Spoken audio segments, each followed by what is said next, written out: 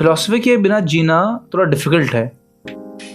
Philosophy एक समाज की जीवंत परिभाषा को समझाता है और उसकी परवरिश को समाहित करता है, जो मानवता को उसकी सर्वोच्चतम सेवा के लिए मोटिवेट करता है। हम यहाँ केवल जन्म लेने या मरने के लिए तो नहीं आए हैं ना, बल्कि बहुत सी ऐसी बातें हैं जिन्हें ह्यूमंस को जानना ज़रूरी है।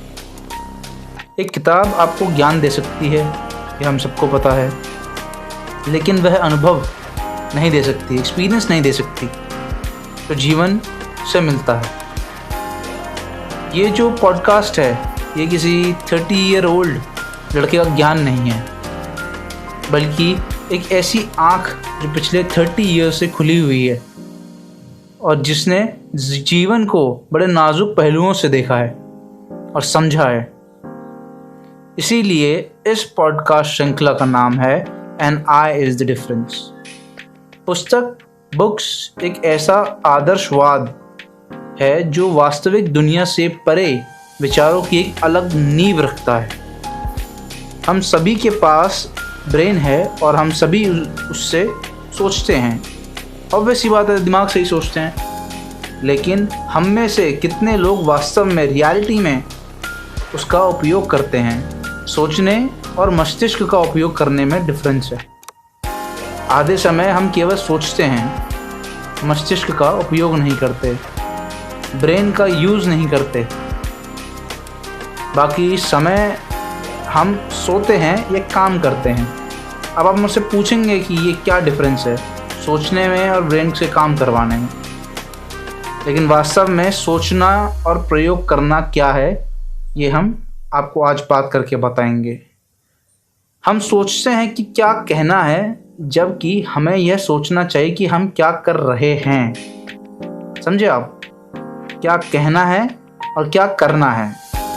क्या इसका असर मेरी मानसिक स्थिति पर पड़ेगा?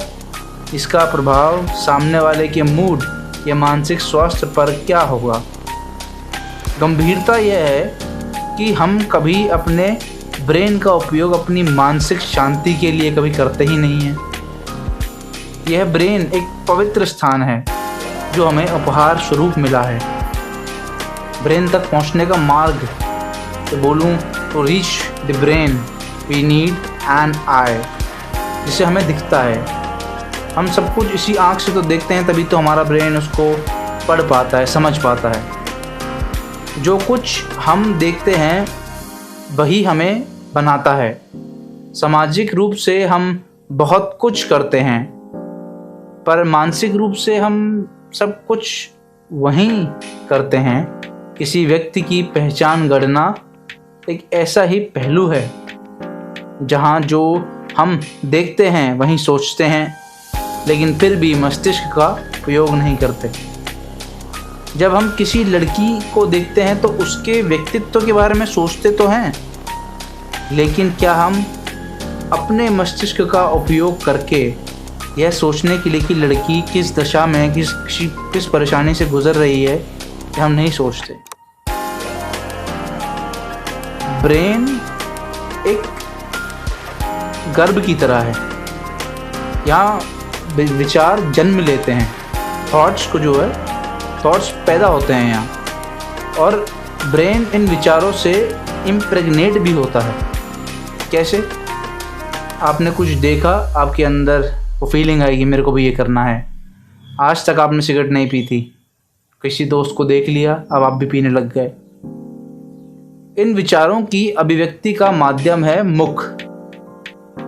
मुख बहुत कुछ बोलता है, जहां हम यह नहीं सोचते कि उसका प्रभाव क्या होगा।